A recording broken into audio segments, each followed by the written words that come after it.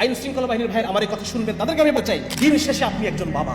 আপনি যখন ঘরে ফিরে যান প্রতিদিন চাকরি শেষে, অফিস শেষে, তখন ছোট ছোট কিছু মানুষ দৌড়ে এসে আপনার কোলের উপরে ঝাঁপায় পড়ে। ছোট ছোট কিছু মানুষকে বুকে আঁকড়ে ধরে আপনি সারা দিনের সমস্ত কষ্টকে ভুলে যান। এই ছোট মানুষগুলোকে আপনি কোন দুনিয়ায় রেখে যাচ্ছেন?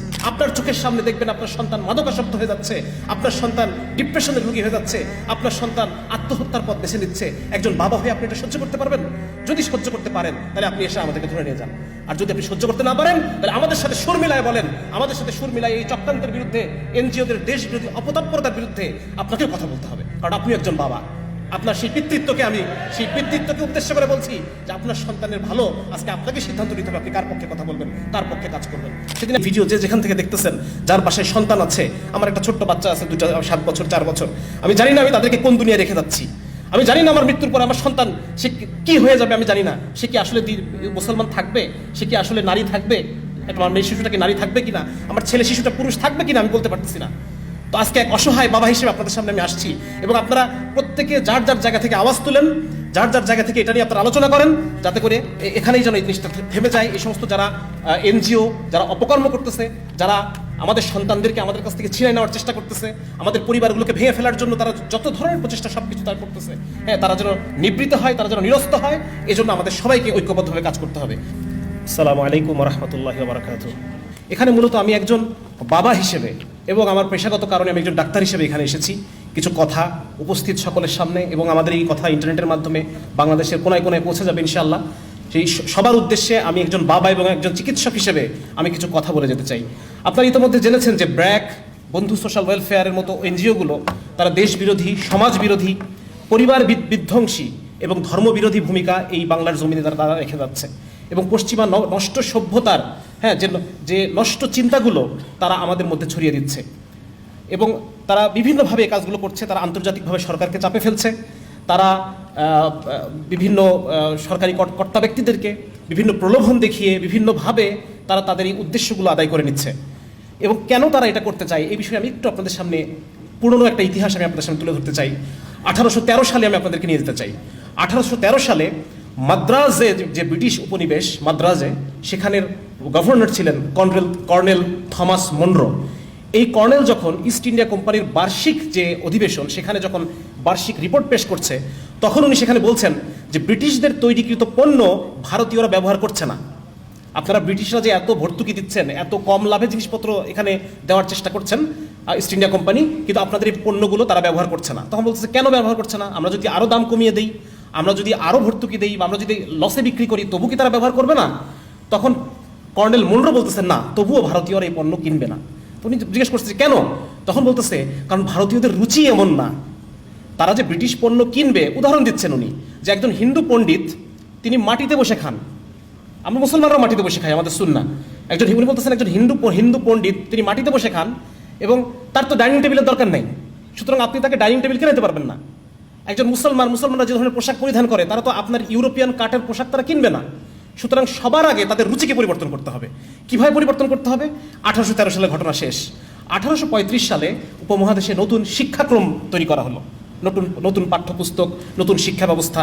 লর্ড ম্যাকলে নতুন শিক্ষা ব্যবস্থা নিয়ে আসলেন, এবং এই শিক্ষা ব্যবস্থার মধ্য দিয়ে ভারতীয়দেরকে এমনভাবে ইউরোপিয়ানাইজ করা হলো, তাদের রুচিকে এমনভাবে বদলায় দেওয়া হলো যে 1901 সালে, ঠিক 100 বছরের মাথায়, 90 বছরের মাথায় 20 লক্ষ ইউরোপিয়ান মন মগজ রুচির মানুষের জন্য কত ব্রিটিশ পণ্য আমদানি করা হয়েছে, এটার একটা ডকুমেন্ট আছে। আমি ব্যাপারটা বুঝতে পারছি আপনাদেরকে, যে শিক্ষা ব্যবস্থার মধ্য দিয়ে মানুষের রুচিকে পরিবর্তন করা হয়, যেন এই বিশাল যে আন্তর্জাতিক যে পুঁজিবাদী যে সম্প্রদায়, তারা যেন তাদের পণ্যগুলো, তাদের সেবাগুলো আমার কাছে বিক্রি করতে পারে। মোট কথা, বাজার তৈরি করতে পারে।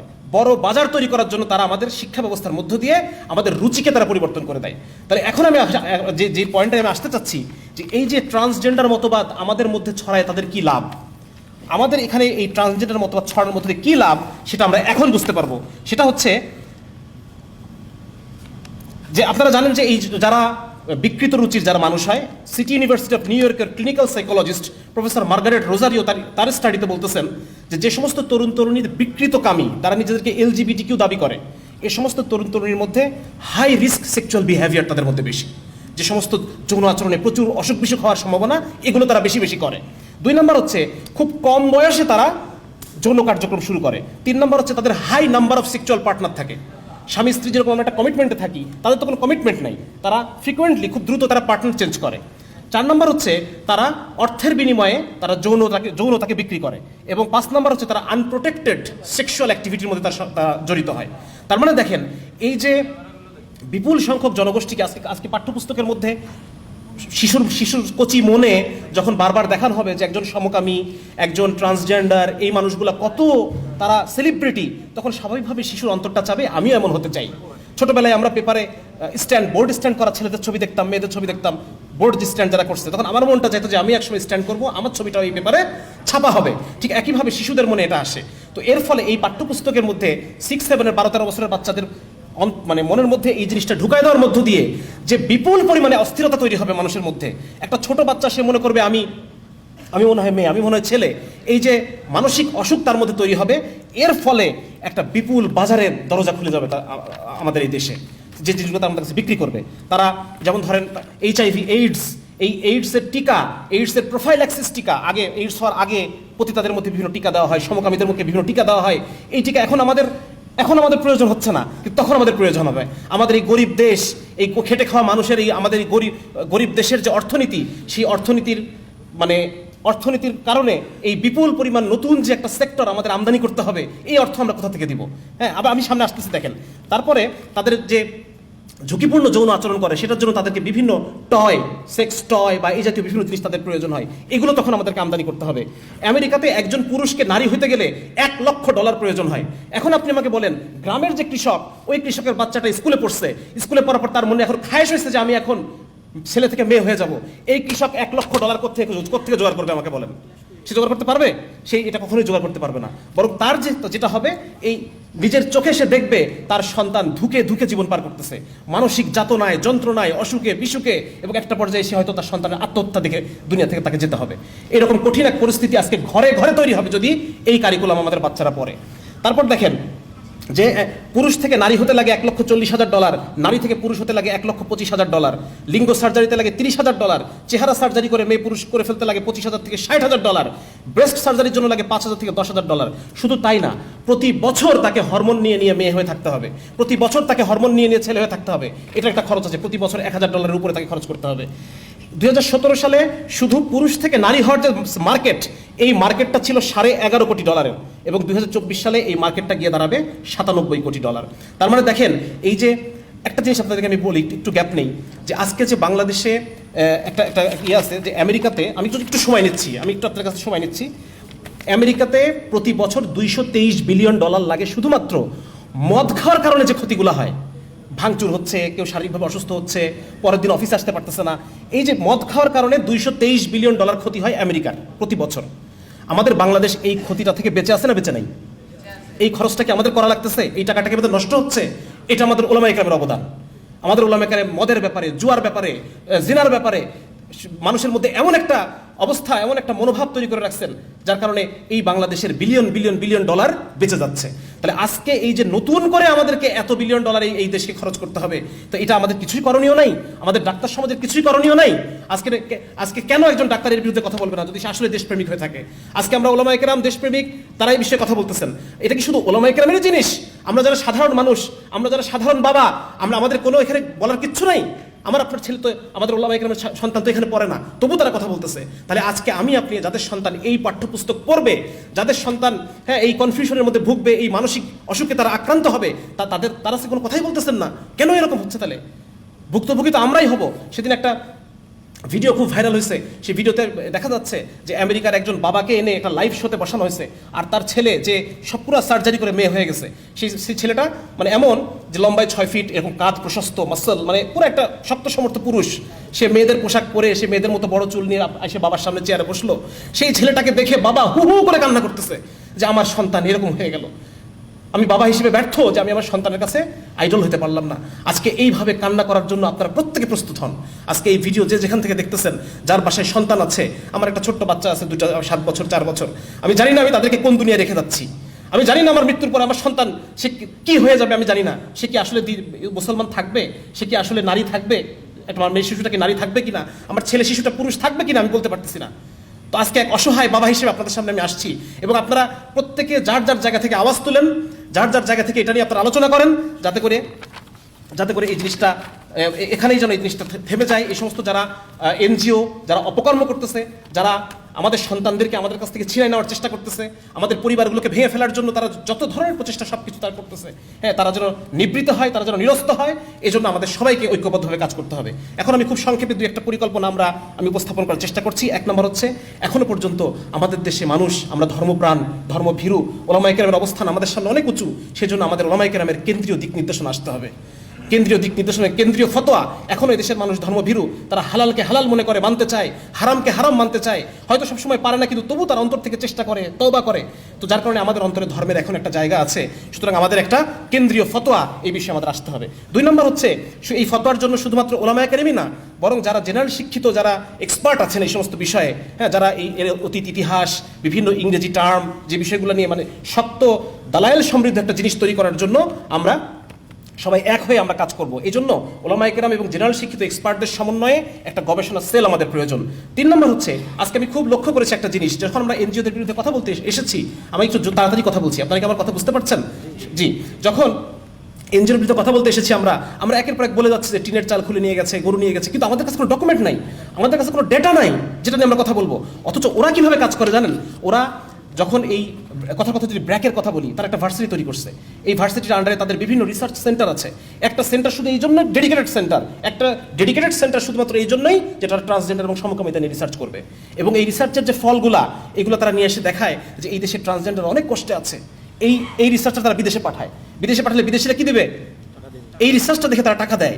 হ্যাঁ, এই রিসার্চটা তারা সরকারের বিভিন্ন যখন মিটিং হয় সেখানে তারা ঢোকে, এই রিসার্চগুলো তারা দেখায় এবং সরকারি পলিসিকে নিজের পক্ষে আনার চেষ্টা করে। আজকে যে আমরা গভর্নমেন্টের সামনে কিছু একটা উপস্থাপন করব, কোনো একটা পলিসিকে আমরা আমাদের পক্ষে, ইসলামের পক্ষে আনার জন্য চেষ্টা করব, আমাদের হাতে ডেটা কোথায়, আমাদের রিসার্চ কোথায়, আমাদের ডকুমেন্টেশন কোথায়? এই জন্য খুব জরুরি হচ্ছে যে আমরা ওলামায়ে কেরাম এবং জেনারেল শিক্ষিত দায়ীদের সমন্বয়ে আমাদের একটা রিসার্চ উইং আমাদের হইতে হবে। এরপর আরেকটা এটা যে ইসলামের উপর যে কোনো সামগ্রিক যে হামলাগুলো হচ্ছে, আজকের মতো আমরা সবাই মিলে একসাথে কাজ করব। বিভিন্ন ঘরানার ওলামায়ে কেরাম, বিভিন্ন চিন্তার যারা জেনারেল শিক্ষিত, আমরা দাওয়াতের কাজ করছি, আমরা সবাই একসাথে কাজ করবো ইনশাল্লাহ। এখনও আরেকটা জিনিস হচ্ছে, আমাদের মিডিয়া এগুলোকে আমাদের পক্ষে না। আমি লাস্টে আরেকটু কথা বলবো হয়তো মিডিয়ার উদ্দেশ্যে। মিডিয়া এগুলো কেউ আমাদের পক্ষে নেই, হ্যাঁ, সবাই তাদের পক্ষে, কারণ এদের আছে প্রচুর টাকা। যার কারণে আমাদের যে কাজটা করতে হবে, এখন একটা জিনিস আমাদের হাতে আছে, সেটা হচ্ছে মসজিদের মেম্বারগুলো আমাদের মিডিয়া। একটা কেন্দ্রীয় নির্দেশনা যদি আসে, এটা বাংলাদেশের লক্ষ লক্ষ মসজিদে এক শুক্রবারে পৌঁছে দেওয়া সম্ভব কিনা বলেন? হ্যাঁ, সুতরাং এই জায়গায় আমরা দায়িত্বশীলতার সাথে এই জায়গাগুলো আমরা কাজ করবো ইনশাল্লাহ। এরপর যে কাজটা একটা জরুরি কাজ, সেটা হচ্ছে আমাদের মনে, জনগণের মনে সরকারি পাঠ্যপুস্তক যে একটা নির্ভুল জিনিস, সরকারি পাঠ্যপুস্তক যে একটা নির্ভরযোগ্য জিনিস, এই ধারণাটাকে চ্যালেঞ্জ করার মতো মানসিকতা জনগণের মধ্যে দিয়ে দিতে হবে। কারণ সরকারি পাঠ্যপুস্তকের মধ্যে এই এনজিওগুলোর হস্তক্ষেপের কারণে বিভিন্ন সরকারি কর্তা ব্যক্তিদেরকে ঘুষ, উৎকোচ এগুলো প্রদানের মাধ্যমে তারা সরকারি পাঠ্যপুস্তকে তারা নষ্ট করে ফেলছে। সুতরাং জনগণের মধ্যে এটার ব্যাপারে আস্থাহীনতা তৈরি করতে হবে, যে এর মধ্যে বিষ আছে, এই জিনিসটা মানুষকে বোঝাতে হবে। আর হচ্ছে, এনজিওদের প্রভাব কমানোর জন্য শুধুমাত্র মুখে আলাপ করলেই হবে না, বরং আমাদেরকে গ্রাম ভিত্তিক এনজিও, অনেক ভাই বলেছেন যে মসজিদ ভিত্তিক এনজিও, মারুফ ভাই বলে গেছেন, ওলামায়ে কেরাম বলছেন যে মাদ্রাসা ভিত্তিক এনজিও। মানুষের তো চাহিদা আছে, ওই চাহিদাটা পূরণের জন্য আমাদের একটা বিকল্প ব্যবস্থা তৈরি করতে হবে। সেটা কর্জে হাসানের মাধ্যমে হতে পারে, সেটা স্থানীয়ভাবে সাদাকা কালেকশনের মাধ্যমে অসহায় লোকদের ঘরগুলো উঠাই দেওয়া যেতে পারে, তাদেরকে ভরণ পোষণের জন্য, তাদের জীবিকার জন্য সেলাই মেশিন, গরু, যে ব্যবস্থাগুলো আছে, হ্যাঁ, মানে ওরা যে কাজগুলো করে যাচ্ছে, আমরা হয়তো পুরোটা নাও পারতে পারি, কিন্তু কিছু সংখ্যক মানুষকে তো আমরা ইমান আমল বাঁচাতে পারবো, ঠিক না? সুতরাং আমাদের একটা অল্টারনেটিভ একটা এনজিও, সেটা সেন্ট্রাল হলে ভালো, না হলে পর বিচ্ছিন্ন গ্রাম ভিত্তিক, মহল্লা ভিত্তিক, মসজিদ ভিত্তিক এনজিও আমাদের তৈরি করতে হবে। আরেকটা হচ্ছে, এইগুলোতে স্থানীয় ছাত্র যুবকদেরকে, জেনারেল শিক্ষিত ছাত্র যুবকদেরকে সম্পৃক্ত করতে হবে। ওলামায়ে কেরামের ভিন্ন দায়িত্ব আছে, তারা অন্যান্য বিভিন্ন দায়িত্ব নিয়ে তারা ব্যস্ত। জেনারেল শিক্ষিত যারা যুবক আছেন, তাদেরকে এ ব্যাপারে সামনে অগ্রণী ভূমিকা পালন করতে হবে আলেমদের নেতৃত্বে। এই সাথে এরা যে কাজটা করে, আমি একটা জিনিস বলছি, মানে তাড়াতাড়ি বলার কোনো জিনিস ছুটে যাচ্ছে, সেটা হচ্ছে তারা আমাদের রুচিকে নষ্ট করে। আমি শুরুতে বলছি যে রুচি নষ্ট করা, ঠিক বেঠিক, হালাল হারাম, জায়েজ না জায়েজ, এটার যে রুচি, এটাকে তারা নষ্ট করে দেয়। সমাজের মধ্যে জেন্ডার রূপান্তরমুখী শিক্ষা, মানে যে একজন পুরুষ একজন নারী নিজেকে নারী ভাববে, এটাই স্বাভাবিক, রুচি নষ্ট করে দিচ্ছে, ঠিক না? এইভাবে তারা রুচি নষ্ট করে তারা শিক্ষা ব্যবস্থার মধ্য দিয়ে। আপনারা জানেন যে এনজিওগুলোর বিভিন্ন শিক্ষা কার্যক্রম আছে, ব্র্যাক প্রত্যন্ত অঞ্চলে তারা স্কুল চালায়, ঠিক আছে না, এগুলো চালায়। তো এভাবে তারা রুচিকে নষ্ট করে, এবং যাদের রুচি নষ্ট তাদেরকে তারা আশ্রয় দেয় কিসে? স্বাস্থ্য খাতের মাধ্যমে। স্বাস্থ্য খাতের মাধ্যমে তারা বিভিন্ন বলে যে আমরা এইডসদেরকে সেবা দিই, আমরা সমকামীদেরকে সেবা দিতে চাচ্ছি, আমরা ট্রান্সজেন্ডারদেরকে সেবা দিচ্ছি, এইগুলো বলে তারা তাদেরকে শেল্টার দেয়, তাদেরকে কর্মসংস্থান করে, পুনর্বাসন করে। তো এই জায়গাগুলোতে আমাদের স্বাস্থ্য এবং শিক্ষা সেক্টরে আমাদের কাজ করতে হবে, এবং নুরানি শিক্ষাকে মানুষ আগে বলছে মানুষের মধ্যে এখনও ধর্মভীরতা আছে, সুতরাং নুরানি শিক্ষাটাকে যদি আমরা জাগতিক শিক্ষার সমন্বয়ে একটু কি বলা যায় সাধারণ মানুষের কাছে আরও বেশি সম্মানজনক করে তুলতে পারি, তাহলে পরে আমার মনে হয় বিপুল সংখ্যক মানুষ এই জেনারেল শিক্ষার এই কারিকুলাম বাদ দিয়ে আমাদের এখানে দিবে। অলরেডি হচ্ছে, বিভিন্ন জায়গায় জায়গায় নুরানির মাদ্রাসাগুলোতে ছাত্রদের সংখ্যা বেড়ে গেছে, স্কুলের ছাত্র সংখ্যা কমে গেছে। এইটাকে আরও বেগবান করার জন্য আমাদের একটা সমন্বয়ের মাধ্যমে একটা যুগোপযোগী একটা কারিকুলাম আমাদেরকে গার্জিয়ানদেরকে দেখাতে হবে। আর শেষ আমি যেটা বলতে চাই সেটা হলো আলহামদুলিল্লাহ বর্তমানে বাংলাদেশে এই পরিমাণে মাদ্রাসা আছে, এই জমিন থেকে সহসা দিন উঠে যাওয়া ইনশাআল্লাহ তাআলা সম্ভব না ইনশাআল্লাহ। সুতরাং এখন আলহামদুলিল্লাহ ওলামায়ে কেরাম তৈরির ফ্যাক্টরি যেমন আমাদের আছে, দিনদার আওয়াম তৈরির ফ্যাক্টরি আমাদের তৈরি করতে হবে। আমাদের ওলামায়ে কেরামের তত্ত্বাবধানে জেলায় জেলায় ইউনিয়নে কওমের অর্থায়নে যদি মাদ্রাসা যেভাবে হয়েছে এতদিন পর্যন্ত, কওমের অর্থায়নে ওলামায়ে কেরামের তত্ত্বাবধানে স্কুল তৈরির পিছনে আমাদেরকে মেহনত করতে হবে, কাজ করতে হবে। যেখানে আমরা যদি ওই বিকৃতি তারা কারিকুলামে রেখেও দেয়, এই বিকৃতিকে আমরা সঠিকভাবে আমাদের ছাত্রদেরকে পড়াইতে পারবো, তাদের সঠিক মেজাজ আমরা তৈরি করতে পারবো। দিনদার আওয়াম তৈরির ফ্যাক্টরি আমাদের এখন প্রয়োজন। এজন্য এখানে উপস্থিত সম্মানিত ওলামায়ে কেরাম যারা আছেন তারা যথেষ্ট ইনশাআল্লাহ, তারা যদি একত্রিত হয়ে সিদ্ধান্ত নেন এবং তাদের যে সমাজে পরিচিতি, তাদের যে সমাজের যে গ্রহণযোগ্যতা, তারা যদি চেষ্টা করেন, অবশ্যই এটা সম্ভব যে আমরা এরকম 5000 ইউনিয়নে আমরা 5000 এরকম স্কুল তৈরি করতে পারবো, যেখানে তাহলে পরে ওদের যে শিক্ষা কার্যক্রম, এই কার্যক্রমটাকে মোকাবেলা করা সহজ হবে। মোকাবেলা শুধু মুখে হবে না, আওয়াজ দিয়ে হবে না, রাজপথে হবে না, মোকাবেলা এখন মাথার মোকাবেলা এখন মাথার। শেষ আমি বলতে চাই, এটা শুধুমাত্র হুজুরদেরই শোনা, এখানে যারা মিডিয়ার যারা আছেন তাদের উদ্দেশ্যে তাদেরকে আমি বলতে চাই, এখানে যারা গোয়েন্দা বাহিনীর ভাইরা আছেন তাদেরকে বলতে চাই, আইন শৃঙ্খলা বাহিনীর ভাইরা আমার এই কথা শুনবেন, তাদেরকে আমি বলতে চাই যে দিন শেষে আপনি একজন বাবা। আপনি যখন ঘরে ফিরে যান প্রতিদিন চাকরি শেষে, অফিস শেষে, তখন ছোট ছোট কিছু মানুষ দৌড়ে এসে আপনার কোলের উপরে ঝাঁপায় পড়ে, ছোট ছোট কিছু মানুষকে বুকে আঁকড়ে ধরে আপনি সারা দিনের সমস্ত কষ্টকে ভুলে যান।